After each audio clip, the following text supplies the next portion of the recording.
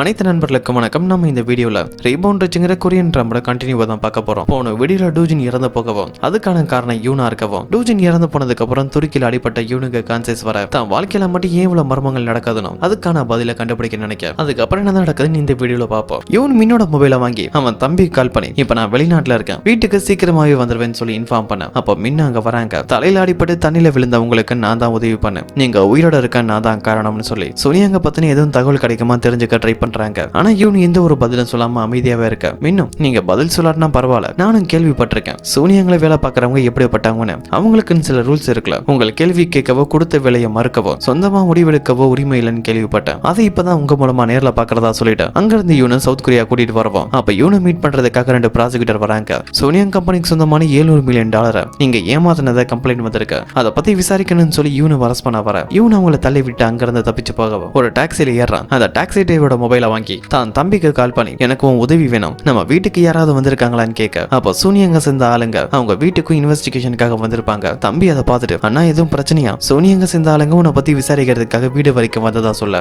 அப்ப ஏனும் என் செலவுக்கு பணம் தேவைப்படுது, நம்ம வீட்டுக்கு வெளியில ஒரு இடத்துல நான் ஒளிஞ்சிருக்கதா சொல்லிட்டு தம்பி அங்க வர சொல்லவும் இப்ப யூன் அவன் வீட்டுக்கு வெளியில தான் யாருக்கும் தெரியாம ஒரு இடத்துல ஒளிஞ்சிருக்க. அப்பதான் அவனோட வீட்டுல இருந்து சோனியாங்க சேர்ந்த ஆளுங்க வெளியில போறாங்க. அவங்க பின்னாடி யூனோட அப்பாவும் வரவும் அந்த ஆளுங்களை உங்க பையன் யூன் நீங்க பாத்தீங்கனாலும் இல்ல பேசுனீங்களாலும் இந்த விஷயத்த சொல்லுங்க, அவனை ப்ராசிக்யூட்டர் பிடிக்கிறதுக்கு முன்னாடி அவனை எங்களை வந்து மீட் பண்ண சொல்லுங்க, அப்பதான் எங்களால அவனுக்கு உதவி பண்ண முடியும்னு சொல்ல அப்ப அப்பாவும் என் பையன் ரொம்பவே நல்லவன், எந்த ஒரு தப்பும் பண்ணிருக்க மாட்டான், அவனுக்கு பணத்தாசை கிடையாது, அப்படி ஒருவேளை பணத்தாசை இருந்தா பல வருஷத்துக்கு முன்னாடி எங்களை அனாதையா விட்டுட்டு அவனுக்குன்னு ஒரு வாழ்க்கையை ஏற்படுத்திருப்பான், ஆனா அப்படி என்னைக்கு ஒரு நாள் அவன் பண்ணதில்ல, தயவு செஞ்சு அவனுக்கு உதவி பண்ணுங்கன்னு சொல்லி கெஞ்சி கேட்டுட்டு இருக்கவும் அவங்களும் அங்க இருந்து கிளம்புறாங்க. அவங்க போனதுக்கு அப்புறம் டூஜின் அங்க வரான். அவங்க அப்பா கொடையை கீழே போட்டிருப்பாரு, அதை எடுத்து அப்பாவுக்கு பிடிச்சு நீங்க எதுக்காக கண்டவங்கள்ட்ட கெஞ்சுறீங்க, அதோட நீங்க எதுக்கு இப்ப மலையில நிக்கிறீங்க, மலையில் நினைச்சா உடம்பு சரியில்லாம போயிடும் தெரியாதா அப்படின்னு அக்கறையா அப்பா மேல கோவப்படவும் அப்பதான் தம்பி வரான். அண்ணனுக்கு தேவையான பணத்தை கொஞ்சம் கையில கொடுத்துட்டு அண்ணா எதுவும் பிரச்சனை இந்த மொபைலை வச்சுக்கோ, இது மூலமா என்ன கான்டாக்ட் பண்ணுன்னு சொல்ல அந்த மொபைலையும் பணத்தையும் வாங்கிட்டு டூஜன் மேனேஜரை மீட் பண்ண அவரோட வீட்டுக்கே வரவும் மேனேஜர்ட்ட என் மேல எதுக்காக இப்படி பொய்யான பழி வந்துச்சு, நான் கம்பெனி வேலையை தானே துருக்கி வரைக்கும் போனேன், நான் எந்த ஒரு பணத்தையுமே திருடலன்னு சொல்ல அதுக்கு மேனேஜரும் நீ தப்பு பண்ணலன்னு எனக்கு தெரியும், ஆனா ஒரு விஷயத்தை யோசிச்சு பார், நான் உங்ககிட்ட மைக்ரோ ப்ராஜெக்ட பத்தி யாருக்கிட்டையும் சொல்லாதன்னு சொன்னேன், ஆனா நீ என் பேச்சை கேட்கல, சூனியா குடும்பத்தை சேர்ந்தவங்களாம் கேடு கட்டவனுங்க,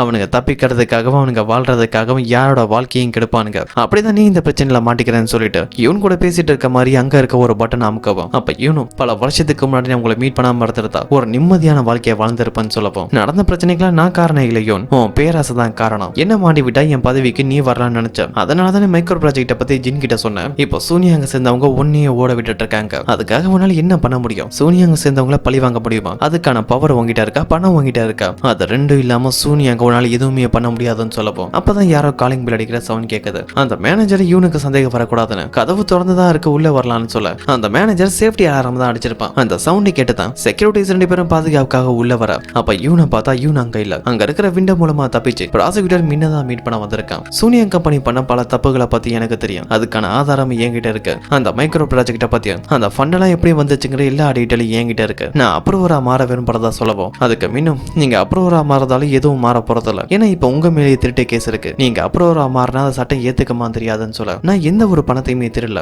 அந்த மைக்ரோ ப்ராஜெக்டோட பணத்தை நான் திருடி இருந்தா நான் ஏன் மறுபடியும் சவுத் கொரியா வரணும், வெளிநாட்டிலேயே செட்டில் ஆயிருக்கலாமேன்னு கேட்க அப்ப அந்த பணம் எல்லாம் எங்கன்னு கேட்கவும் அந்த பணத்துக்காக தான் என்ன கொலை பண்ண ட்ரை பண்ணாங்க, என்ன கொலை பண்ண ட்ரை பண்ண இடத்துல சோனியாங்களையும் கூட வேலை பார்த்த ஷின்னு இருந்ததா சொல்லிட்டு அந்த மைக்ரோ ப்ராஜெக்ட் சம்பந்தப்பட்ட டாக்குமெண்ட் எல்லாம் காட்டவும் மெயின் நெகட்டிவ்ல அந்த டாக்குமெண்ட் எல்லாம் செக் பண்ணிட்டு இருக்கவும் கட் பண்ணா இப்ப 2வது பையனோட பொண்ணு தான் காட்டுறாங்க. மேனேஜர் கிட்ட தான் ஒரு முக்கியமான விஷயத்தை பத்தி பேசிட்டு இருக்காங்க, நேத்து ராத்திரி உங்க வீட்டுல சேஃப்டி அலாரம் அடிச்சிருக்கீங்க, அப்ப ஏதோ ஒரு பிரச்சனை நடந்திருக்கு, அது என்ன பிரச்சனை, எதுக்காக அந்த பட்டனை பிரஸ் பண்ணீங்க, யார் உங்களை மீட் பண்ண வந்தா, என் கெஸ்மெண்ட் கரெக்டா இருந்தா அது இவனான்னு கேட்கவும் மேடம் நீங்க ரொம்பவே புத்திசாலி, நான் சொல்ல வரதுக்கு முன்னாடி எல்லாமே தெரிஞ்சுக்கிறீங்கன்னு சொல்லவும் அதுக்கு 2வது பையனோட பொண்ணும் அந்த ஈவன் நீங்க மறுபடியும் பார்த்தா என்கிட்ட கூட்டிட்டு வாங்க, அந்த ஈவன் ஜின் கூட ரொம்ப நாளா இருந்திருக்கான், அவனுக்கு நேர்மையான ஒருத்தனா இருந்திருக்கான், ஜின் பண்ண எல்லா மோசடியும் கண்டிப்பா அவனுக்கு தெரிஞ்சிருக்கான், அவன் மட்டும் என் கையில கிடைச்சா போதும், அவன் மூலமாவே ஜின்ன பதவியில இருந்து தூக்கிட்டு நான் சூனியாங்க ஏன் கண்ட்ரோல கொண்டு வரேன்னு சொல்லி ஒரு பிளான் பண்ணவும் அதை பத்தி பேசிட்டு 2வது பையனோட பொண்ணு அங்க இருந்து போகவும் அவங்க போனதுக்கு அப்புறம் மேனேஜர் பக்கத்துல இருக்க ரூமுக்கு வரான். அதே இடத்துல ஜின் இருக்கவும் அவன் தங்கச்சி பேசின எல்லாத்தையும் கேட்டிருப்பான். சார் உங்க தங்கச்சி பாத்தீங்களா, உங்களை எப்பதான் மாட்டி விடலான்னு காத்துட்டு இருக்கா,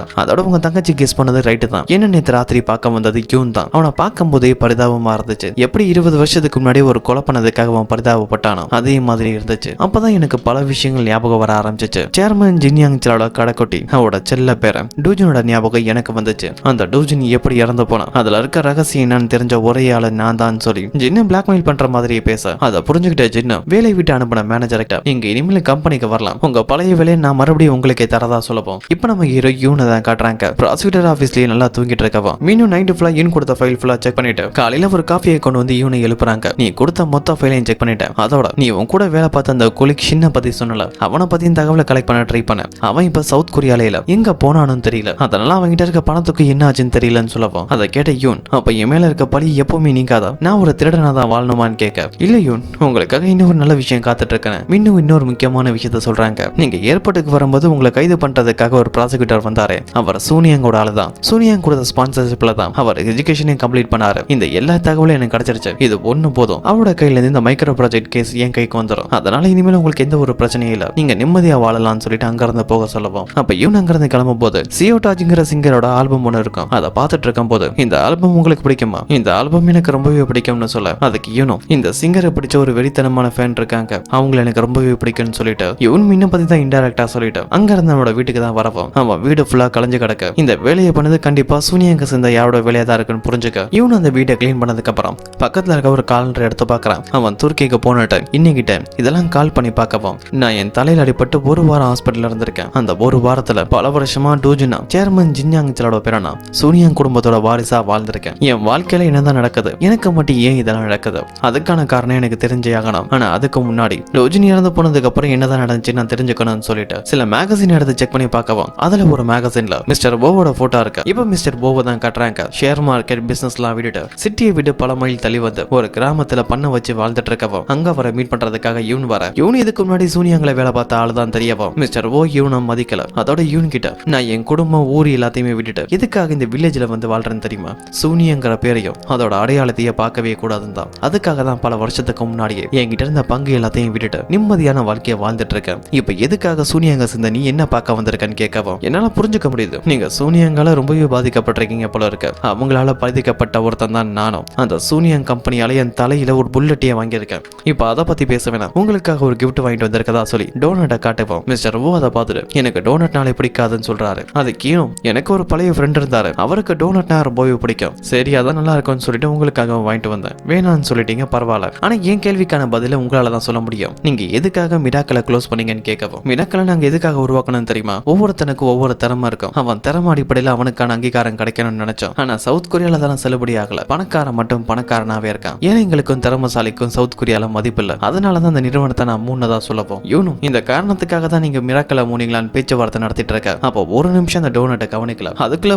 அங்க இருக்க ஒவ்வொரு டோனட்டா சாப்பிட்டு இருக்க. யூன் அதை பார்த்துட்டு உங்களுக்கு தான் டோனட்டே பிடிக்காதுன்னு சொன்னீங்களே, அப்ப எதுக்காக சாப்பிடுறீங்கன்னு கேட்கவும் அட வாசனை மூக்க தொலைக்குதுப்பா, என்னால கண்ட்ரோல் பண்ண முடியல, அதுதான் 1-2 பீஸ் எடுத்துக்கிட்டதா சொல்லப்போம். டோஜினோ மிஸ்டர் ஓ உங்க உதவி எனக்கு தேவைப்படுது, சூனியங்கால்லாம் ரொம்பவே பாதிக்கப்பட்டிருக்கேன். அந்த கம்பெனியை நான் பழி வாங்கணும்னா அதுக்கு உங்க உதவி எனக்கு முக்கியம்னு சொல்ல சூனியன் கம்பெனியை பழி வாங்குறது அவ்வளவு சுலபம் இல்ல, இந்த விஷயம் நடக்காதுன்னு சொல்லப்போம். மிஸ்டர் ஓ என் பேச்சு கேளுங்க, நம்மால கண்டிப்பா சூனியங்க பழி வாங்க முடியும். என்கிட்ட ஐடியாஸ் இருக்கு, அந்த ஐடியாஸை உங்களால பணமா மாத்த முடியும்னு சொல்ல அந்த வார்த்தையை கேட்ட போவுக்கு டோஜினே தாங்கிட்ட பேசுற மாதிரி இருக்கவும் நீ யாருன்னு கேட்க அதுக்கு யூனோ டோஜினோ நான் தான், யூனோ நான் தான், எல்லா உண்மையும் மிஸ்டர் ஓ கிட்ட சொல்லப்போம். இப்ப கட் பண்ணா டோஜினோட அம்மாவை தான் கட்டுறாங்க. இன்னைக்கு அவங்களுக்கு பிறந்தநாளுங்கிறதால அவங்களோட இன்னொரு பையன் அவங்களுக்கு பார்ட்டி கொடுக்கறதுக்காக ஒரு ஹோட்டலுக்கு வர வச்சிருக்கான். அதே ஹோட்டலுக்கு சர்ப்ரைஸாவும் அப்பாவையும் வர வச்சு அப்பாவை அம்மாவையும் சேர்க்கலான்னு பிளான் பண்ண அவங்க அப்பாவை அங்க வராரு. அப்பாவை பார்த்த உடனே அம்மா கோவப்படுறாங்க. எதுக்காக நீங்க இங்க வந்தீங்க, என் பையனை இழந்ததுக்கு முக்கியமான காரணமே நீங்க தான், உங்க குடும்பம் தான். நீங்க எனக்கு என்ன வாக்கு கொடுத்தீங்க, எந்த நிலைமையிலையும் என் பையனை காப்பாத்துவேன்னு சொன்னீங்க. ஆனா என் பையனை உங்களால காப்பாற்ற முடியல, உங்களால ஒரு நல்ல அப்பாவா இருக்க முடியலன்னு சொல்லிட்டு அங்கிருந்து அம்மா கோவப்பட்டு போகவும் அப்பதான் மிஸ்டர் ஓ டூஜனோட அம்மாவை கான்டாக்ட் பண்ணி நான் உங்களை மீட் பண்ணணும்னு சொல்லி ஒரு இடத்துக்கு வர சொல்லவும் அவங்களும் ஓவோ மீட் பண்றதுக்காக ஒரு ஹோட்டலுக்கு வர அங்க மிஸ்டர் போ டூஜனோட பல பங்குகள் இப்ப உங்க பேர்ல தான் இருக்குன்னு எனக்கு நல்லாவே தெரியும், அந்த பங்குகள் எல்லாமே எனக்கு வேணும்னு கேட்க அதுக்கு அம்மாவும் அந்த பங்குகளை நீ யாருக்காக கேட்கற, நீ ஏன் வச்சுக்க போறியா சூனியாங்க சேர்ந்த யாருக்கிட்டையும் தர போறியா, யார பக்கம் நீ சப்போர்ட் பண்ண போறேன்னு கேட்கவும் அதுக்கு மிஸ்டர் போவோ நான் எப்பவுமே டூஜன் பக்கம் தான், டூஜனுக்கு உதவி பண்ண கண்டிப்பா எனக்கு அந்த பங்குகள் தேவைன்னு கேட்கவும் இப்படி இவங்க 2 பேரும் பேசிட்டு இருக்க எல்லாத்தையுமே தூரத்துல இருந்து யூன் பார்த்துட்டு இருக்கான். தான் இன்னொரு தாயை பார்த்து வருத்தப்படவும் இப்ப மிஸ்டர் போ மூலமா டூஜனோட அம்மா கிட்ட இருக்க பங்குகள் எல்லாம் யூனுக்கு வரவும் அதை வச்சு மறுபடியும் மிராக்கலை ஓபன் பண்றாங்க. அதுக்கப்புறம் 2 பேரும் ஒன்னா சேர்ந்து சூனியாங்க எதிராக பிளான் பண்ணவும் ஆரம்பிக்கிறாங்க. சூனியாங்க கம்பெனி ஏகப்பட்ட மோசடி பண்றாங்க, அதனால மெஜாரிட்டி ஷேர் ஹோல்டருக்கு வேணா லாபமா இருக்கலாம், ஆனா சின்ன சின்ன மைனாரிட்டி பங்குதாரர்கள் பெரிய லாஸ் ஆவாங்க. அவங்களுக்கு நம்ம உதவி பண்ணணும், அவங்க சப்போர்ட் மட்டும் நமக்கு கிடைச்சா நம்மளால சூனியாங்க பிரச்சனையில மாட்டி விட முடியும்னு சொல்லிட்டு ஒரு பிளான் பண்றாங்க. அதுக்கு அடுத்த நாளே சூனியாங்க கம்பெனிக்கு முன்னாடி மிஸ்டர் போ சூனியாங்க கம்பெனி பண மோசடி பண்ணதாவும் பங்குதாரர்களை துரோகம் பண்ணதாவும் போராட ஆரம்பிக்கிறாரு. அவரோட போராட்டத்தை பார்த்துட்டு சின்ன சின்ன பங்குதாரர்கள் அவருக்கு சப்போர்ட் பண்ணி வரவும் அது மீடியா லெவல்ல ரீச் ஆக ஆரம்பிக்குது. அதை பத்தி ஜின்னுக்கும் தெரிய வரவும் மேனேஜரும் நீங்க இந்த சின்ன விஷயத்தை பத்தி கவலைப்படாதீங்க, எதுக்கும் கவலைப்படாம அமைதியா இருங்க, உங்க அப்பா கிட்ட இருந்து ஒரே ஒரு கையெழுத்து வாங்கினா போதும், அவர்கிட்ட இருக்க மேனேஜ்மெண்ட் ரைட்ஸ் எல்லாம் உங்க கண்ட்ரோலுக்கு வந்துடும், அதுக்கப்புறம் சூனியங்களை நீங்க எடுக்கிறதா முடிவுன்னு சொல்லவும். ஆனா ஜின் அதை விடுற மாதிரி இல்ல. இந்த போராட்டத்துக்கு பின்னாடி இருக்கிறது மிராக்களும், அந்த மிராக்களை கண்ட்ரோல் பண்ற ஓ தான் எனக்கு நல்லாவே தெரியும், அவனை தனியாக்கினா போதும் இந்த பிரச்சனையை தீர்த்தராம்னு மிஸ்டர் ஓ கூட சின்ன சின்ன முதலீட்டாளர்கள்லாம் போராட்டம் பண்ணுவாங்களா, அவங்க எல்லாருக்கும் பணத்தை கொடுத்து அந்த போராட்டத்தை தடுத்து நிறுத்தவும் அது மிஸ்டர் ஓ மூலமா யூனுக்கு தெரிய வரவும் நம்ம கஷ்டப்பட்டு சின்ன சின்ன பங்குதாரர்களா ஒன்னா சேர்த்து ஒரு போராட்டத்தை உருவாக்கணும். ஆனா அதை அசால்ட்டா கலைச்சிட்டாங்கன்னு சொல்லவும் அவங்க பிளான் ஃபெயிலியர் ஆயிடுச்சு. அடுத்து இப்ப மின்ன தான் காட்டுறாங்க. அவங்க ஆபீஸ்ல வேலை பார்த்துட்டு இருக்கும்போது அவங்க கொலைக்கு மூலமா ஒரு இன்ஃபர்மேஷன் கிடைக்குது.